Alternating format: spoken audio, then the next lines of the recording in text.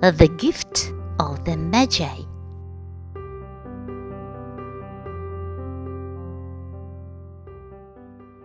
Della counted the money. It was $1.87. That was all that she could save on vegetables and meat during 5 months. Della counted it once more.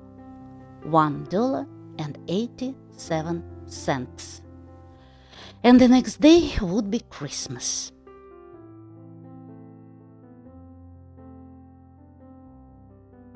There was nothing to do but sit down and cry, so Della cried.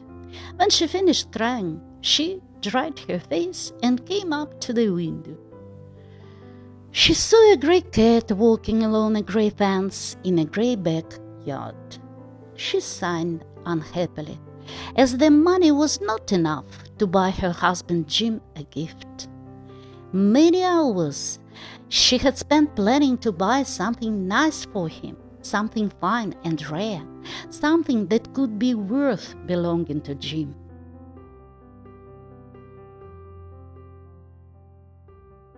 There was a tall glass mirror between the window of the room. Suddenly Della turned from the window and stood before the glass mirror and looked at herself. Then she pulled down her hair and let it fall to its full length. So Jim and Della had 2 things which they valued. One was Jim's gold watch that had been his father's and his grandfather's, and the other was Della's hair.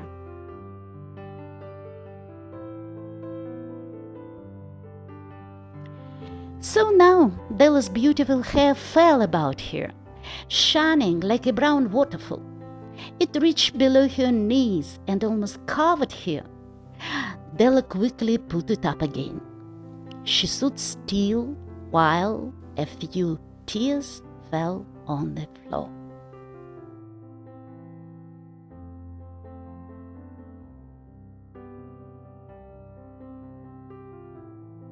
She put on her coat and her old brown hat. Then she ran out of the door and went down the street. She stopped at the sign, Madame Safroni, hair goods of all kinds. Della ran up the steps to the shop. "Sorry, will you buy my hair?" asked Della. "I buy hair," said Madame. "Take your hat off and let us have a look at it." Down came the beautiful brown waterfall of hair. $20, said Madame.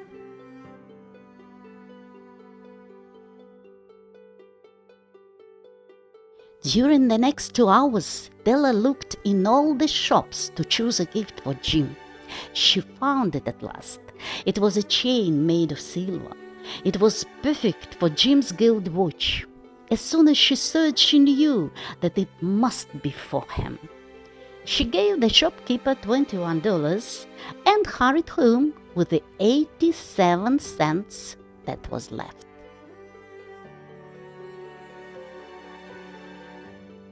When Della arrived home, she began to repair what was left of her hair. It was a very big job.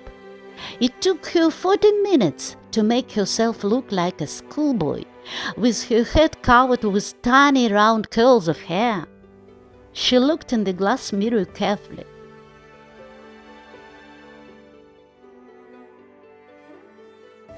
"If Jim doesn't kill me before he takes a second look at me," she said to herself, "he'll say I look like a song girl. But what could I do? What could I do with $1.87? At 7 o'clock that night, the coffee was made, and the pan on the stove was hot and ready to cook the meat.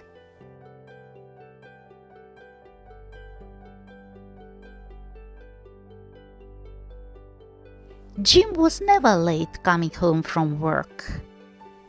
Della held the silver chain in her hand and sat near the door. Then she heard his step, and she turned white For just a minute, she whispered. Please, God, make him think I'm still pretty. The door opened and Jim stepped in. He looked thin and very serious. Poor man, he was only 22 and he had to care for a wife. He needed a new coat and gloves to keep his hands warm.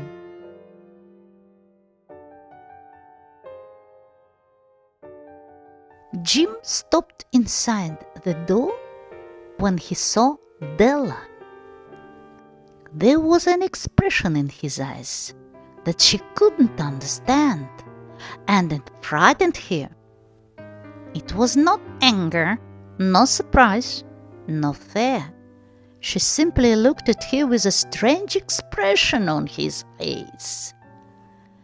Della went to him. "Jim, my love," she cried, "do not look at me that way. I had my hair cut and sewed because I wanted to give you a gift.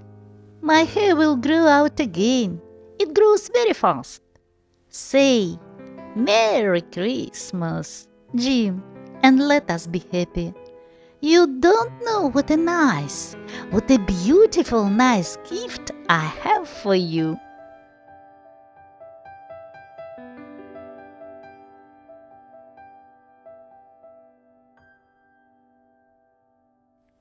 "You have cut off your hair?" asked Jim slowly, as if he had not understood her words. "Cut it off and sold it," said Della. "Do you not like me just as well? I'm the same person without my hair, right?" Jim looked about the room as if he were looking for something. Then he took a package from his coat and threw it on the table. "I do not think there is any haircut that could make me like my girl less," he said. "But if you open that package, you'll see why you frightened me at first."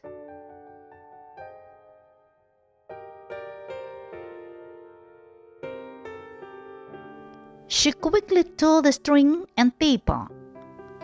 There was a scream of joy, and then, alas, a change to tears and cries. For there were the combs that Della had wanted ever since she saw them in a shop window.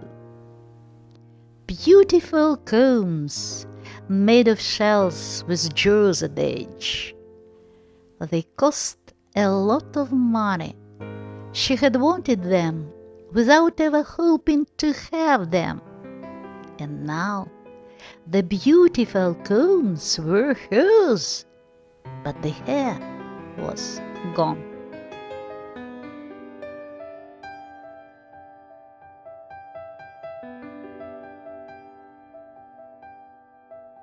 She held the combs and said with a smile, "My hair grows so fast, Jim." Then Della jumped up and cried, "Oh, Jim had not yet seen his beautiful gift." She held it out to him in her open hands. The silver chain seemed so bright. "Isn't it wonderful, Jim? I looked all over the town to find it. Give me your watch. I want to see how it looks on it."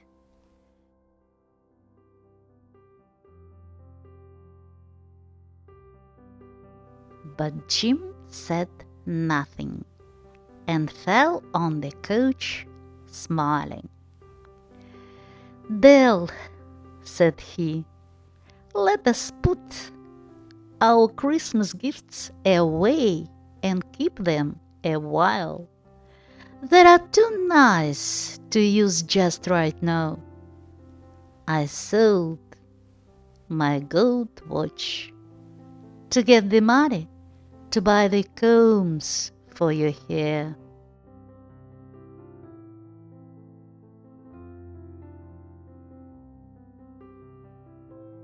This is a story of two young people who gave for each other their greatest treasures.